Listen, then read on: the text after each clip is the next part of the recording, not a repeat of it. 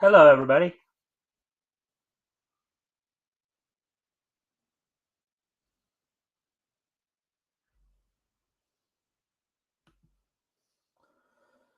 All right, so looks like we're gonna wait a few minutes to give people a chance to come in.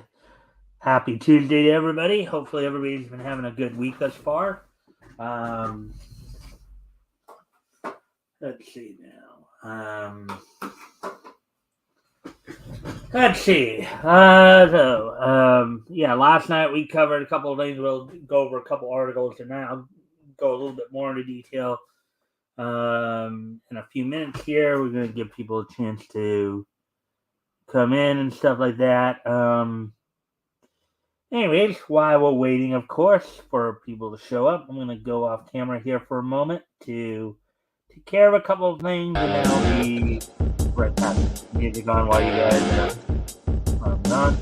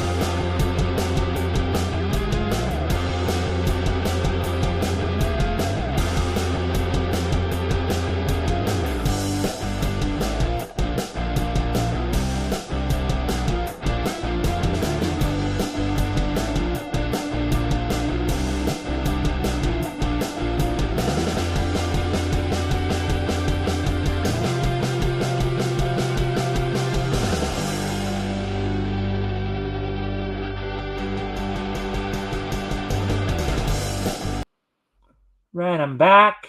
Let's see now. Let's do a couple of things here real quick.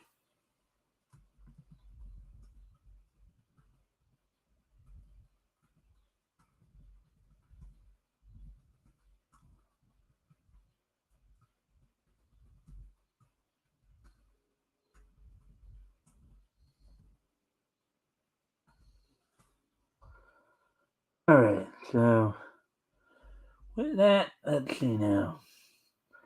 Alrighty then. So with that, let's see, we're at the 3 minute mark now. So let's go over what's on. So as I said, of course, we're gonna go over. We've got a couple articles we're gonna go over from Bounding into Comics. Those will include article in regards to Viz Media's English localization, as we got some controversy there when a particular when one word gets substituted for another. This has been something that's, of course, been kind of an undercurrent for a while, where you have some of the some Western localizers comparing the Japanese fandom of lolicons. Those are characters who kind of look like little girls. They may not necessarily be little girls, but they still like dress and act at times like little girls. And basically comparing lolicons to pedophiles. Um, Also, the other thing we're going to talk about today, the other article we're going to go over, is how Boom Studios and IDW race swap Titular Turtles human forms um, in forms in Mighty Morphin Power Rangers, Teenage Mutant Ninja Turtles. So basically, in their crossover comic of Mighty Morphin Power Rangers, Teenage Mutant Ninja Turtles, they're race swapping there. So we'll be looking ahead to all that. So those two articles we'll be going over, plus of course the wrestling roundup, as well as things going on in the WWE, including talking about some of what happened on last night's Monday Night Raw, as well as getting caught up with some AEW news, as preparing for tomorrow night, and then of course finishing off the show with this day in each history. So with that, now that we've gone through all that, why don't we go ahead and get started on the articles?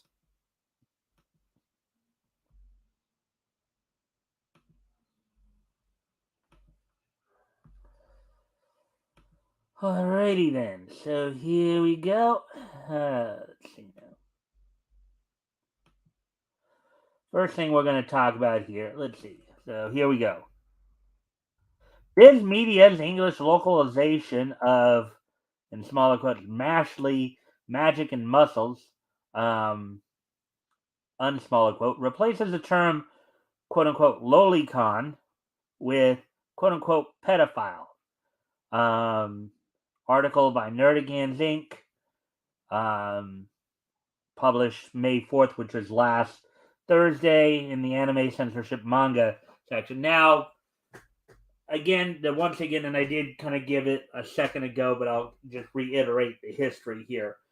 So, there are people in the West here who, instead of translating Japanese dubs as they're intended to be, will at times interject their own moralistic viewpoint.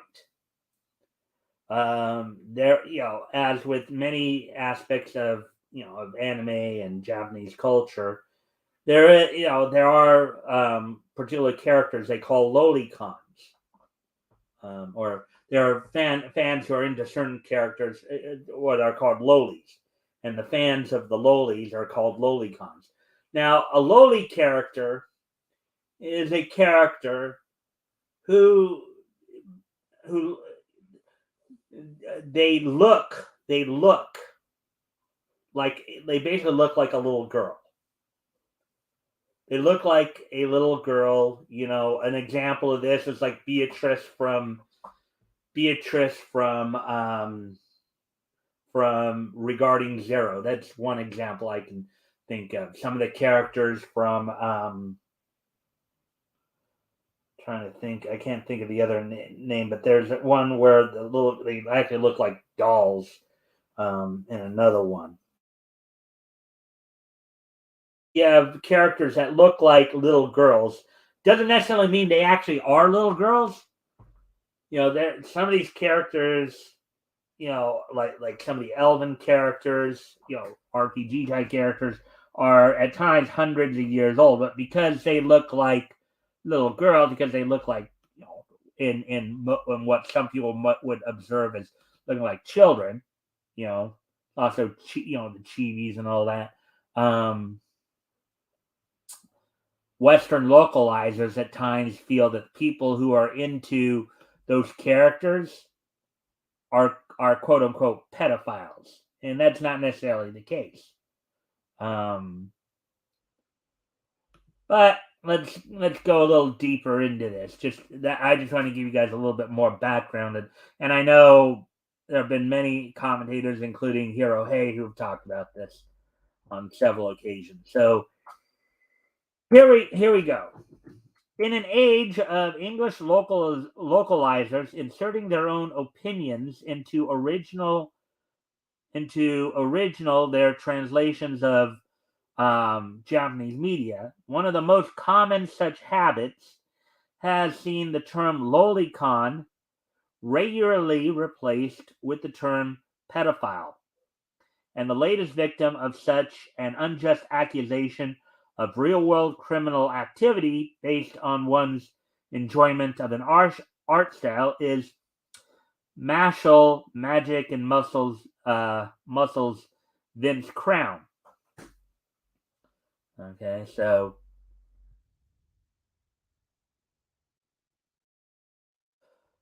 the change in question was discovered after the series' anime adaptation aired its fourth episode, Mash Burnhead and the Challenging Magic User debuted on Crunchyroll.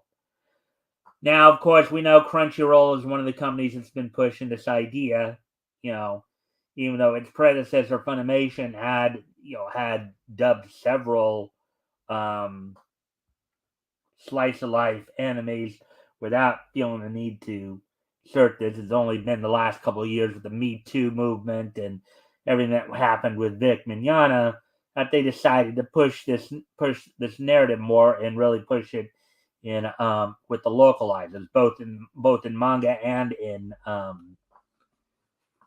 anime. So to give you guys an idea. Following its premiere, fans went back to Hajime Komoto's original manga to compare how faithful the episode was to the mangaka's original vision. In doing so, fans discovered that Viz Media's localizers had yet again done the dishonorable deed of inserting their own political bias into their translation. Translation here meaning that, again, they're basically implying that, again, people who are into like lowly and chibi characters are pedophilic, okay, which is not the case, okay, and again, to to remind everybody, lowly and chibi characters are characters that look like children. They may not necessarily be actual children. Okay, first off, they just look like children. Okay. Um,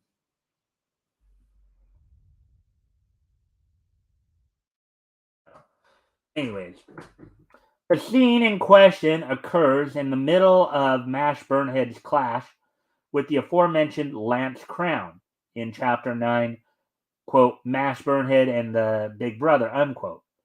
During their battle, Mash unleashes an earth-shaking Gravehole attack against Lance, in the process snapping a locket off of his opponent's neck.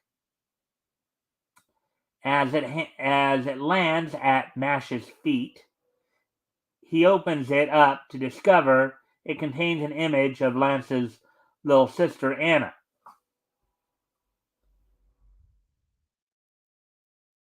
Now, in this case, yeah, they are children, but again, it doesn't necessarily make them pedophilic.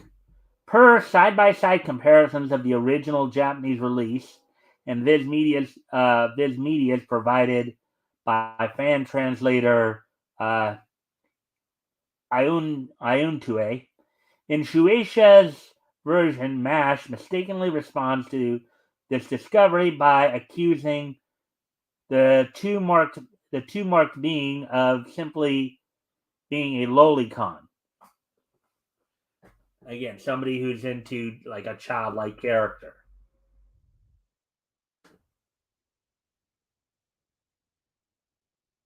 In turn, Lance rebuffs Mash's allegation and clarifies that he is actually a quote unquote siscon. In other words, someone who has a close attachment to their own sister. Now, that's close attachment. That doesn't necessarily mean anything sexual going on. He just seriously cares for his little sister. So,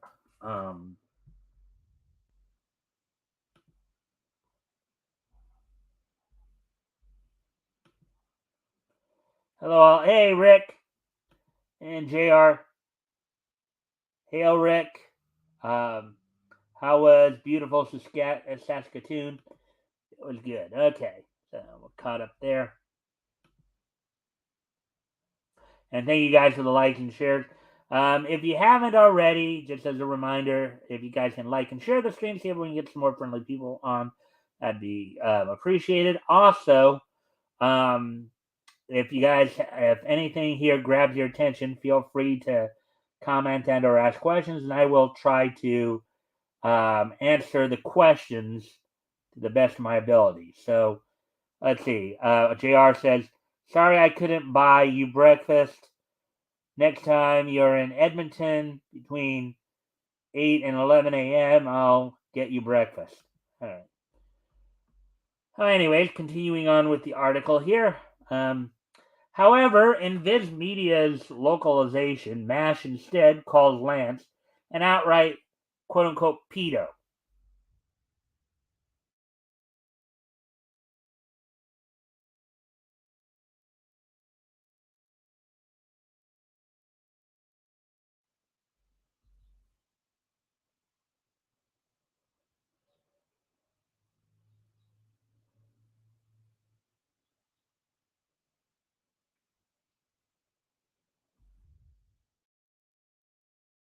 Further, instead of referring to himself as a siscon, um, Lance simply states that the girl in this picture is his sister. Interestingly, in a rare turn of events, Crunchyroll's subtitles for MASH and Lance's dialogue in the anime adaptation is consistent with Komoto's original dialogue.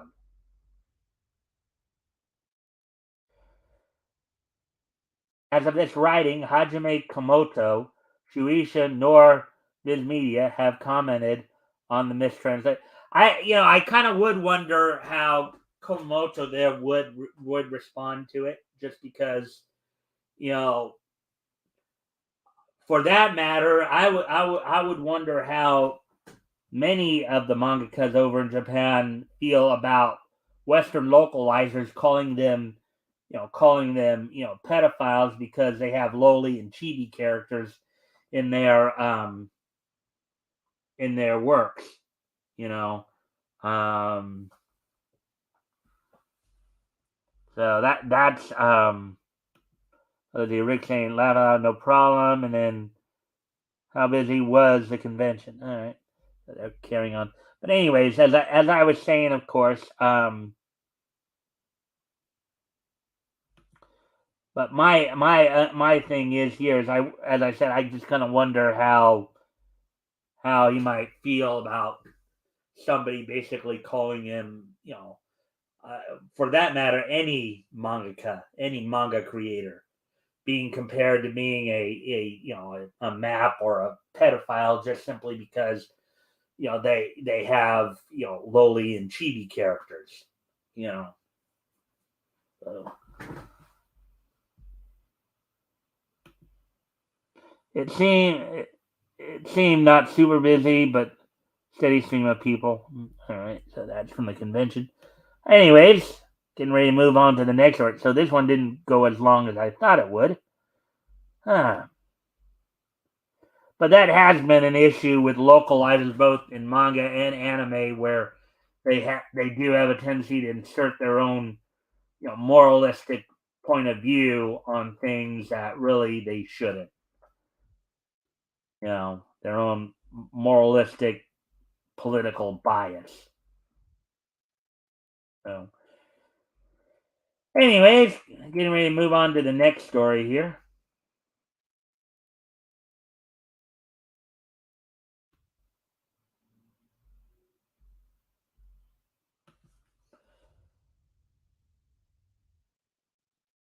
All right, so here's the next story.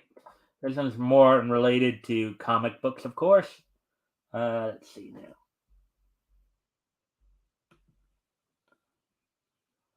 There's a Christian type comic section in Comic Cons. It's a legitimate subgenre.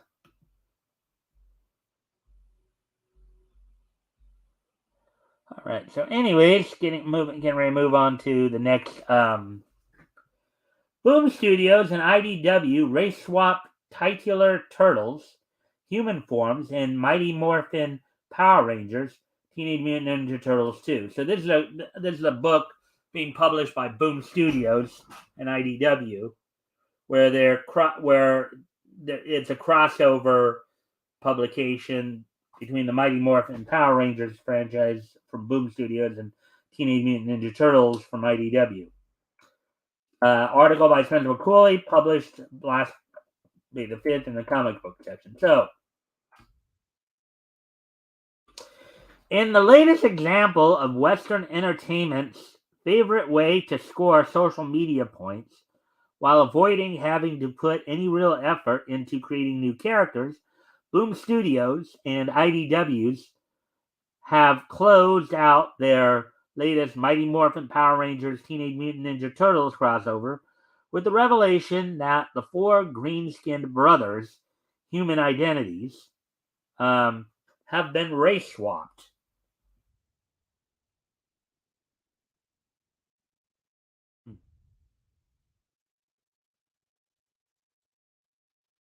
Picking up 6 months after the conclusion of writer Ryan Parrott and artist Dan Mora's previous Turtle Toku team up, the aptly named Mighty Morphin Power Rangers Teenage Mutant Ninja Turtles 2 sees the two teams reunite to take the combined forces of both Krang and a powered up Rita Repulsa, now going by the moniker Mistress Vile. Eventually fighting off the villain's planned invasion of Earth through a combination of new Zords, new transformations, and stellar teamwork. The series' climactic battle eventually ends with the day saved and Rita and Krang locked away within the same kind of containers that once served as the former's moon-based prison. Something that Beta looked kind of like a trash receptacle, as I recall.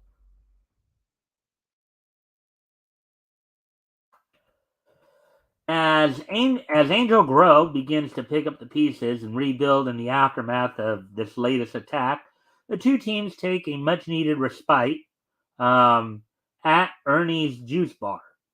However, due to being unable to freely traverse the surface thanks to their reptilian appearance, the turtles arrive to the festivities using holographic image generators to make them appear human, a la Nightcrawler in X-Men Evolution animated series. In doing so, the four are shown voluntarily taking on the guises of four black teenagers, replete with their signature mask being replaced with the appropriately colored do-rags, save for Raphael, who instead sports his as a bandana. Okay, there seems to be a little bit racial stereotyping there. Let's see. Hey, Metal.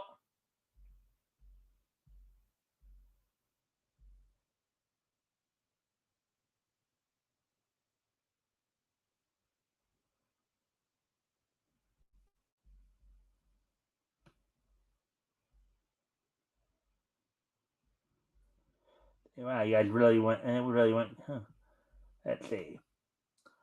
Um, it's stupid to call someone that just because see they half pick a girl could lots of good reasons for it, especially since it was just a headshot. Yeah, Rick, but the thing is, going back to that article too, the thing about that is that the Western localizers and Metal probably knows this as well, hearing about it. Western localizers, both in manga and anime, have been doing it. They've been inserting their own like political, moral, ideological viewpoints into the localizations, comparing the comparing the otakus who are considered lowly cons to pedophiles. You know, not that I know of Jr. Not that I know of. I was next to someone doing bead art and a novelist, and then Jr. says, "Oh, neat. Could you eat the bread art?" I think it was as bead art, not bread art, but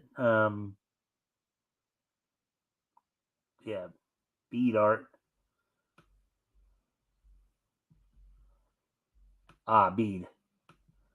Not bread meat. Let's see. So you couldn't eat it. No. And now way is the legal evidence I'm trying vapes. Or I wouldn't suggest trying to.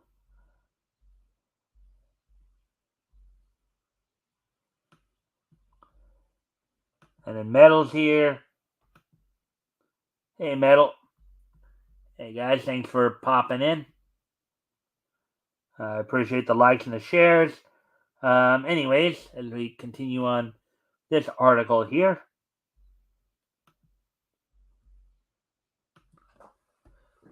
In parentheses here, as an aside, while a case could be made that this fact was revealed in the crossover's first issue, when Donatello and Michelangelo appeared in these forums to hang out with Zack, this final issue is the first time readers have received confirmation that their brothers shared their aesthetic choices. Further, the fact that Donatello and Michelangelo ultimately returned these identities reinforce the read that their latest looks are their new standard. Unparenthesed there.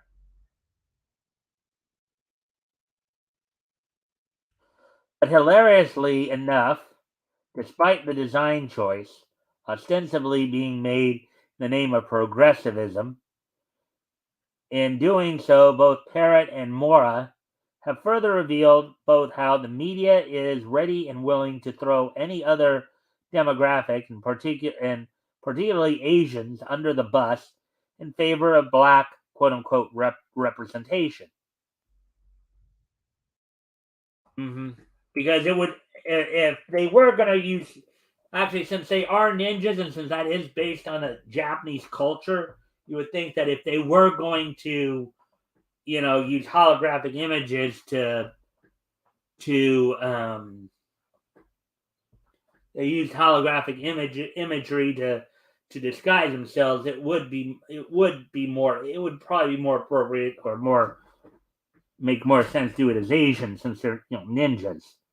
Um, Anyways, according to IDW's own continuity, as established in the 5th issue of their core Teenage Mutant Ninja Turtles book, which notably was written in part by franchise co-creator Kevin Eastman, these versions of the Turtles are not merely mutated pets, but also the reincarnated sons of the Japanese ninja Hamato Yoshi, known better in his next life as Master Splinter, and his wife Tang Sheng.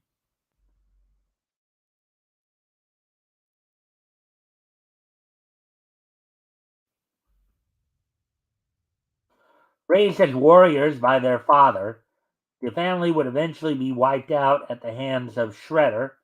In parentheses here, the villain's later appearance in modern day New York being the result of a magical resurrection, unparenthesed, in retribution for Yoshi's leaving the Foot Clan over a disagreement between the two over the former's brutality.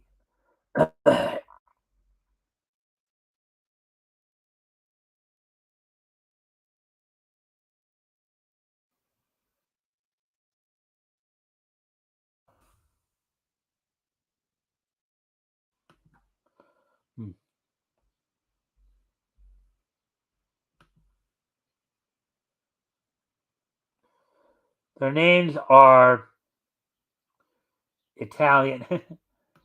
Yeah, Italian, and they like pizza. They are Italian Americans. Yeah, you could argue that point too, which is probably why originally they probably made them white or Caucasian as opposed to black. Um, you know, but again, it's I think the idea they were getting at here is that they're pushing more for black instead of just going off and creating a separate book they want to have more, quote unquote, black characters, black representation, instead of just creating a new book and focusing on, like Milestone did back in the early 90s with characters like Static Shock and Hardware. Okay. They just decide, well, we're just going to race swap legacy or established characters just so we can push an agenda. And while some may argue that the turtles' race is solely, in parentheses, reptilian, and thus their holographic disguises counts not as a race swap, but rather simply in smaller quotes here, giving the turtles human forms, the IDW series has seen the heroes not only being explicitly made aware of their heritage by their father. Yes. And going back to this, even with the fact that the turtles have the sayings of Italian names, if they are now granted, you could argue maybe they should have given them Japanese names, but that may not have been easy for people to do that, figure that out. But but anyways, but also being watched over by the spirit of their Japanese mother, who instantly and unequivocally recognizes them as her own.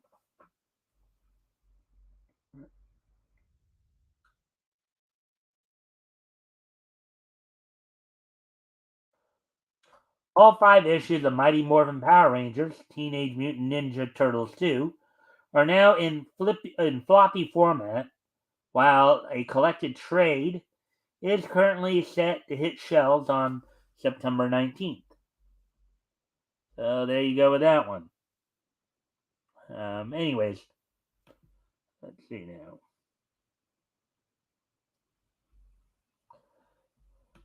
All right, so let's see, 32 minutes. So let's see.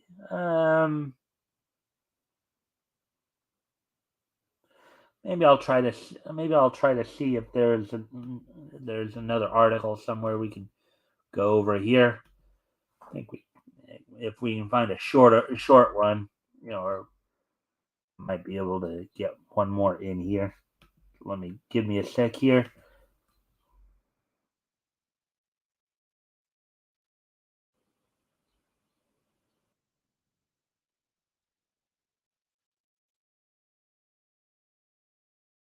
Actually, we might want to just save those two for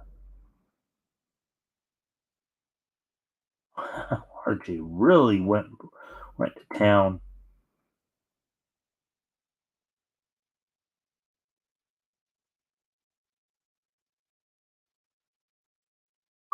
Wow.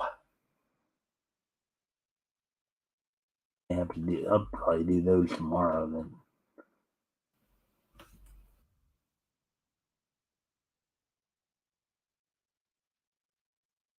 Those have come out just in the last couple of days here. I'm just looking to see if there's. Here's another one. Wow.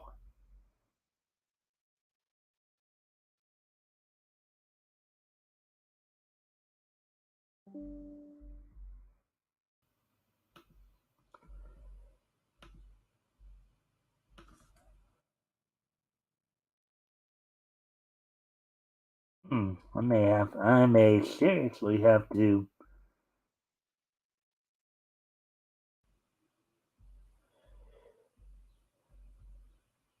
All right, so I probably will do that stuff. All right, let's see what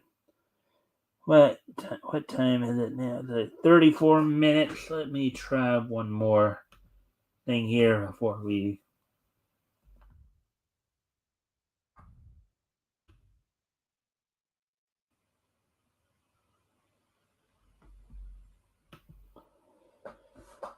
I'm just looking to see what we have here.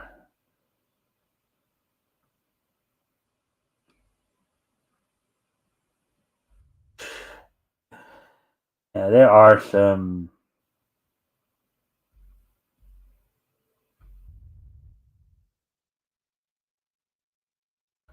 And there's quite a few interesting stories to go over here.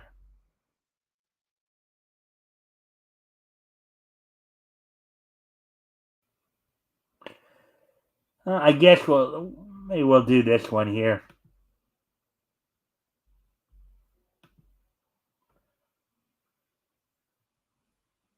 Hopefully, this next one will. So the last article we will do tonight, I'm gonna do this one here from Bleeding Fool, which was posted yesterday.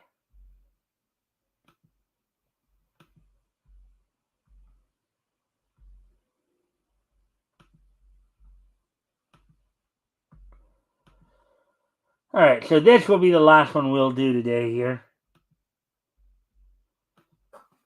Tomorrow, there's like about 5 articles on Critical Blast I'll probably be doing tomorrow. So, how political will Whoopi Goldberg's menopausal superhero comic be? Article by Avi Green, published yesterday. Yeah, so get this. Whoopi Goldberg is publishing her own comic book. Oh boy, let's see what this is about. One of the most pretentious, insulting entertainers in Hollywood, who for some time has been a host on The View, is now getting into comics writing, according to the U.S. Sun. The premise of her new product is as ludicrous as you could expect. Here's, I guess, a relief. Whoopi Goldberg shared that she has co-written a graphic novel called The Change. According to Screen Rant, quote, the story centers around Isabel Frost, a wife, mother, and grandmother who feels that life isn't what she thought it'd be. I guess that's unquote. And then, quote, even though she's got an amazing support network of family and fellow gamers, things have become stagnant for Isabel, unquote.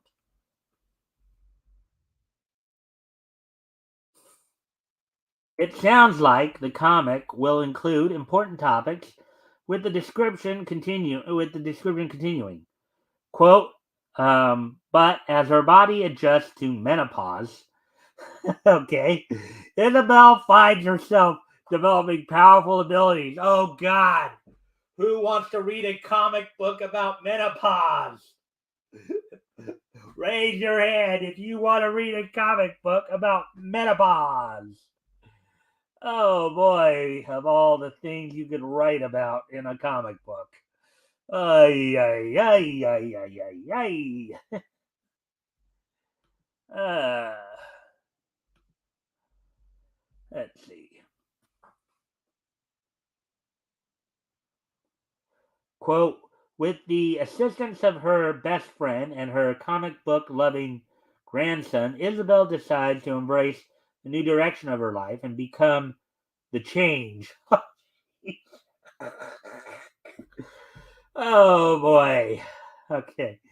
A first look at the comic book cover has been released. The main character looks heavily based on 67-year-old Whoopi's own appearance.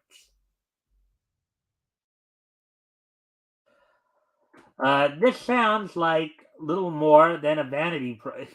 Yeah, I think a lot. I think Whoopi's got this. Whoopi's been hanging out with Mindy Kaling. I think a little too long, huh? With a self-insert idea. And if this is supposed to imply that being past the age of childbirth is something great, that's insulting too. But what else could one expect from somebody as as aggravatingly leftist as Goldberg's been for many years now? UK Mail also notes. Now this is the UK Mail talking. The 67-year-old will co-write the project with television's Jaime Paglia, who created the sci-fi channels Eureka, and worked on the CW's The Flash. She has an active social circle through her passion for video games, as well as being a married mother with a grandson who adores comic books. So basically, what they're arguing here is that you have not that in of itself is a bad thing, mind you. But they're talking about how a 67-year-old woman, is a gamer, which is okay. There's nothing wrong with that. Okay, let's just make that point clear. Isabel becomes a superhero called the Change, throwing herself into her new role while relying on the support of her trusty best friend and her grandson.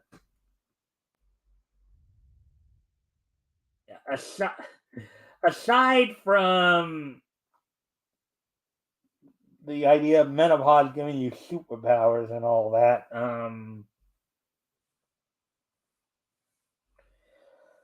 the idea of her best friend and her grandson urging her on is cool. That part's cool, but the core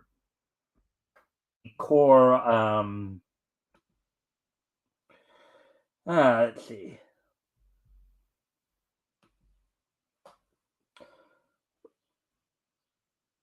remind not to pick up this book of wait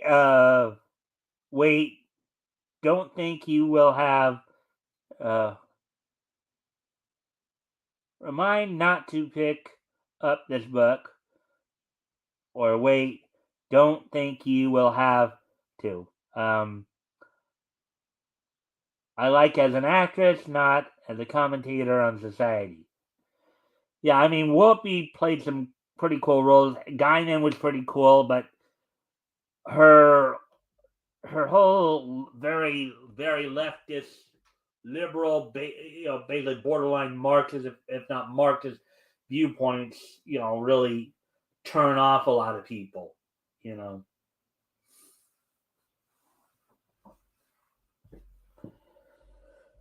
Anyways, oops.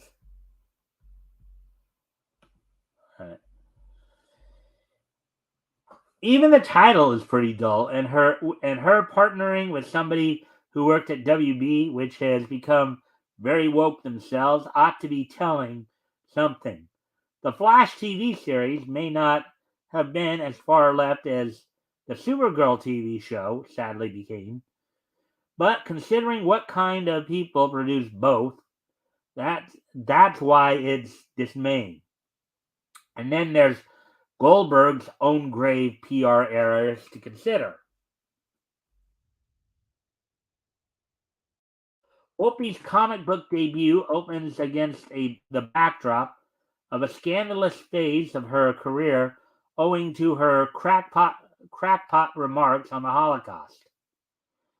In early 2022, she set off a media firestorm after bizarrely claiming that the Holocaust was not about quote-unquote race, as quote, there are two white groups of people, unquote. So that's idiotic in of itself. But here's kind of here's another little twist for everybody. If you've ever noticed Whoopi's last name there, okay, yeah, she's not only an African American, but she's a Jewish African American. Whoopi is Jewish. Okay, and she's saying this. The Holocaust was based on Nazi theories of race science that classified certain groups, including Jews, as, in smaller quotes, Untermenschen, smaller quote, subhumans. She faced an international deluge of backlash and was suspended for 2 weeks from her long-running hosting gig on The View. Yeah, because she should have been fired probably for that. But in the initial wave of blowback, Whoopi issued an apology saying she, in smaller quotes, stands corrected and was, in smaller quotes, sorry for the hurt I have caused, unquote. However, she swiftly did a U-turn, discussing the Holocaust with Stephen Colbert on his late-night talk show and declaring, quote-unquote, you can't call this racism. But the thing is, Whoopi, the Jewish people are considered a race. Just because they're lighter toned than you doesn't make them any less a race than you, or doesn't make white people any less a race than you, or makes white people inferior to you. You're actually committing the very evil, This again the hypocrisy of it, where they commit the very evil that they accuse the other side of.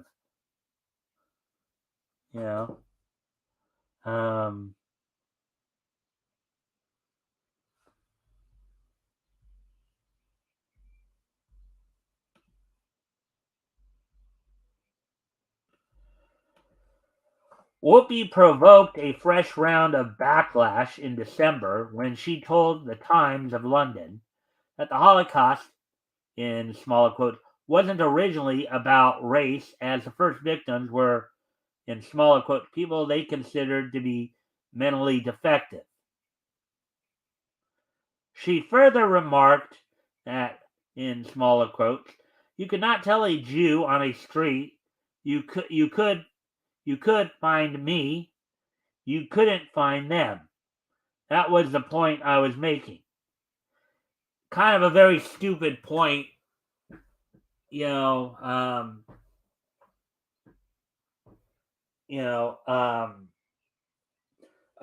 the Jewish people are considered a race. Okay, a race is not just simply based on skin tone. It's also based on culture. Culture, lineage, heritage. That's all considered part of race as well.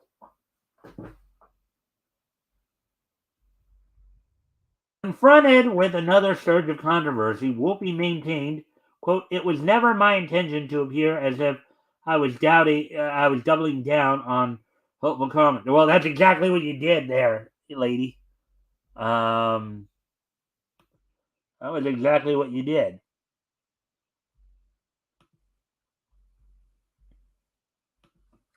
The Sister Act star was originally called Karen Johnson, but adopted Whoopi Goldberg as her stage name and has insisted she has Jewish heritage.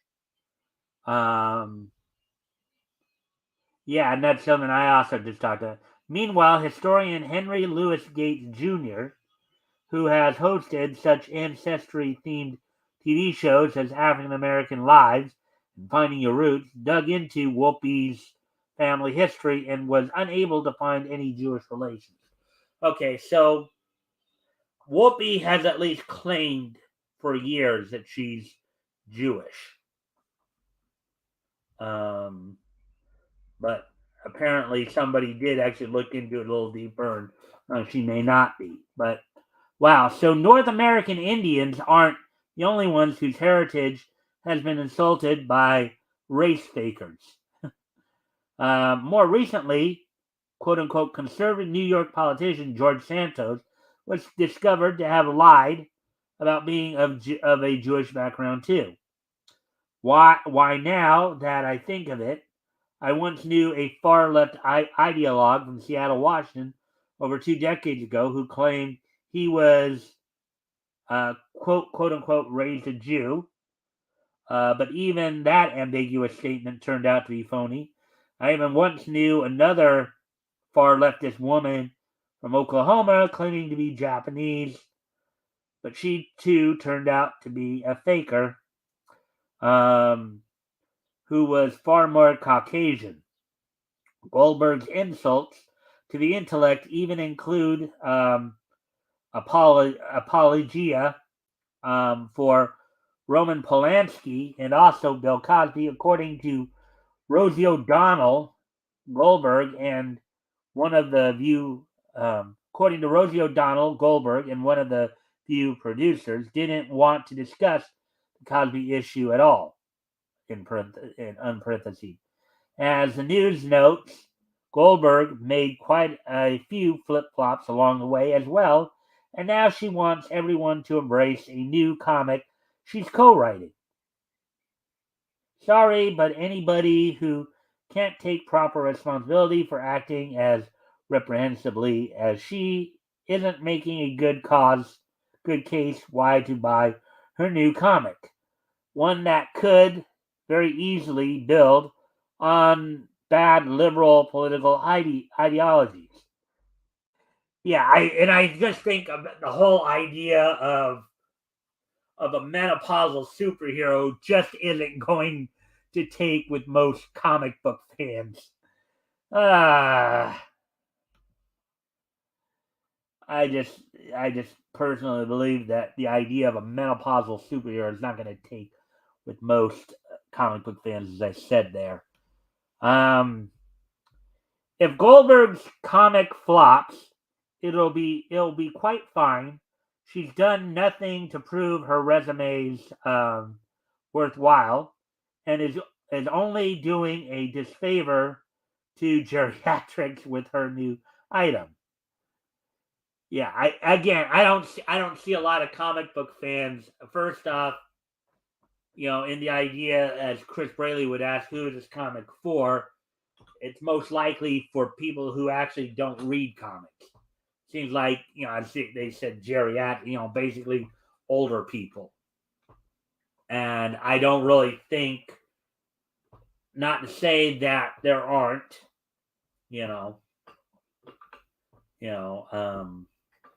but I don't really think that there are a lot of people in their 60s, 70s, and 80s who are the only ones who might be are those who have been reading them since they were kids and are like trying to pass on that idea to not just their kids but their grandkids as well. And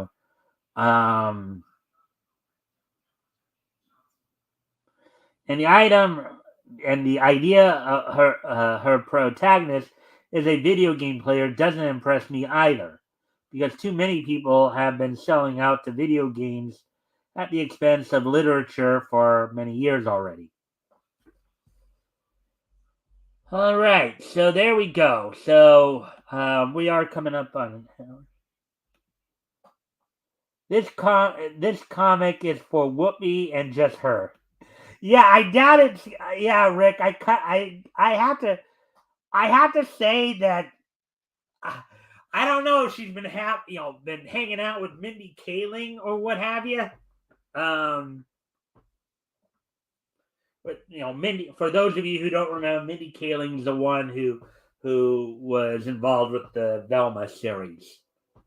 The idea of inserting herself into the character. This is definitely a self insert of Whoopi here. Whoopi. So yeah. So with that, so we're going to start to wind down a bit here. So to go over the some wrestling news a bit real quick for from the WWE. So on last night's Raw, as there was some advancement in the tournament to crown a new world champion to serve on Raw. On last night's episode, you had two three-way matches in which Seth Rollins and Finn Balor had both advanced to the finals, and then Seth Rollins had advanced further for the world. And on this Thursday SmackDown, they're gonna have two more 6-man tag matches, and one match going to feature AJ Styles, Edge, and Rey Mysterio going against each other, and then can't remember who the other group was, but it's all coming up this Friday on SmackDown. They also further the storyline between Trish Stratus and Becky Lynch, their feud, feeding off of their feud, but the problem is that, and again, there's some confusion now with the two women's titles, as they had swapped brands. They'd swapped brands where the Raw Women's Champion Bianca Belair was drafted to SmackDown, and Rhea Ripley, who was a SmackDown Women's Champion, was drafted to Raw. So now they got to clear that up. We don't know how that's going to happen. If for the meantime the two champions are going to appear on both shows because of that fact. But I haven't figured that out. I would have thought, and I mentioned this the other day when I was covering the yesterday, in fact, when I was talking about Backlash, I would have thought that in each case they would have dropped the respective titles to their opponents to at least get them on, and then maybe come back but that didn't happen. So now we got that mess to deal with. They also further continued the feud between Brock and Cody by having Brock cost Cody his chance at the World Championship by interfering in the Cody was involved in the match with the first three-way match involving the other three-way match on SmackDown is going to be Austin Theory, the current Intercontinental Champion, taking on Bobby Lashley, and then I think there was one other one as well. But again, don't know off the top of my head which one that one was. So that's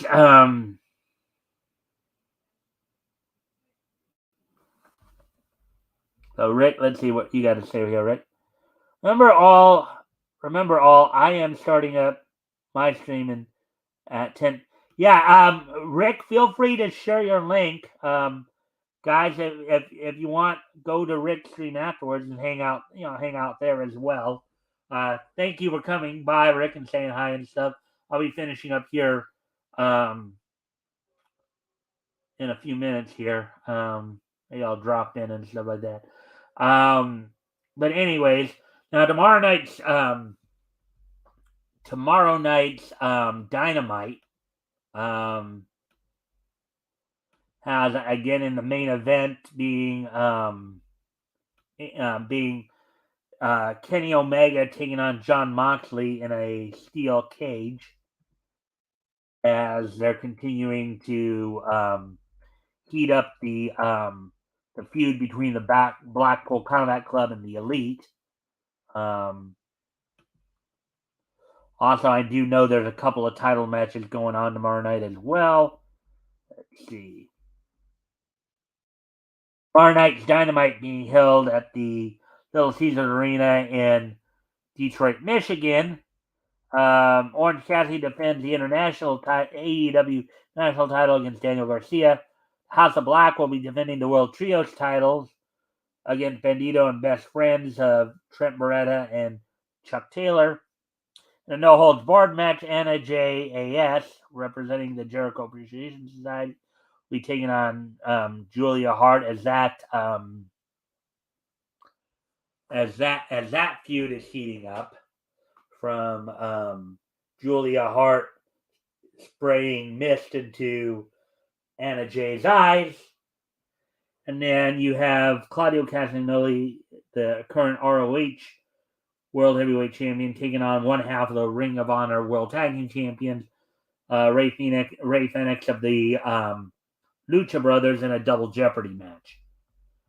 So that's all going down with that. So with that, let's close things out one more time, with today being Tuesday, May 9th, 2023. Let's take a look back at this day. Neat history. So, yeah. Rick, as I said, if you're still here, feel free to share your link to your show so people can grab that if they want.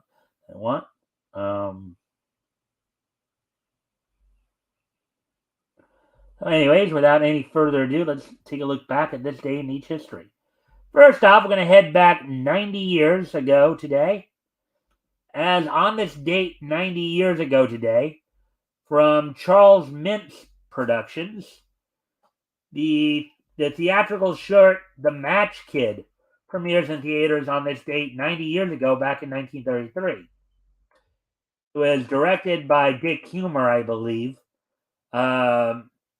This was a short where they basically adapted Hans Christian Andersen, The Little Match Girl, with some over-the-top absurdist humor.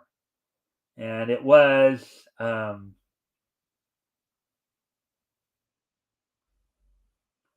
so with that, on this date, 90 years ago today, Charles Mintz Productions' The Match Kid premiered in movie theaters. So with that, let's see. Moving on to the next piece of niche history, we head back just 50 years ago today, back to 1973. As on this date, a couple of interesting things happened in the world of professional wrestling on this date 50 years ago today. As first off, in somewhere in the Mid-Atlantic territory, Ole Anderson would defeat Jerry Briscoe for the NWA Eastern Heavyweight Championship. This was, of course, a precursor to the NWA Mid-Atlantic Championship of the time. Of course, this was for Jim Crockett promotion. Also, down in the Mid-America territory, Jerry Lawler and Jim White would defeat Jackie Fargo and Jerry Jarrett, the NWA Southern Tag Team Champions, the Mid-America versions of the Southern Tag Team Championships. So on this day, Ole Anderson would defeat Jerry Briscoe for the NWA Eastern Heavyweight Championship in the Mid-Atlantic territory, and Jerry Lawler and Jim White would defeat Jackie Fargo and Jerry Jarrett, NWA Southern Tag Team Championships, the Mid-America versions of those titles. So there we go with that one. And now, finishing things off here. Going back just 5 years ago today, the 300th and final issue of Despicable Deadpool went on sale on this date back in back in 2018. The 300th and final issue. Now, this book apparently went through several titles. It was kind of a redo of a number of past titles connecting Deadpool and Cable together. So this was part for the conclusion of the Marvel Universe Kills Deadpool story, written by Jerry Duggan with art by Scott Koblish, Matteo Lolli, and Mike Hawthorne, inked by Terry Pallett and Craig Young, lettering done by Joe Sabino, and colored by Nick Belandi, Ruth Redmond, and Jordi Belair. So, on this date 5 years ago today, the 300th and final issue of Despicable Deadpool went on sale from Marvel Comics. So I thank everybody. For being here tonight. Hope you guys enjoyed the show. We just went just a little beyond an hour. Don't forget, we'll be back here tomorrow night with more niche news. Also,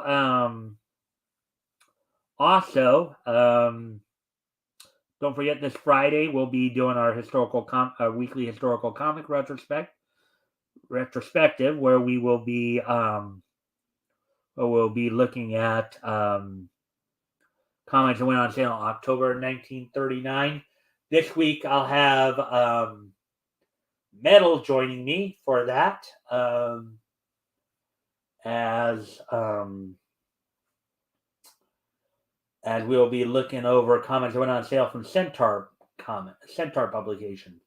So with that, I thank everybody for being here tonight, and I look forward to seeing everybody back here tomorrow. And I thank you guys again for all the likes and shares as well. And I'll be hopefully see everybody back here tomorrow. Bye.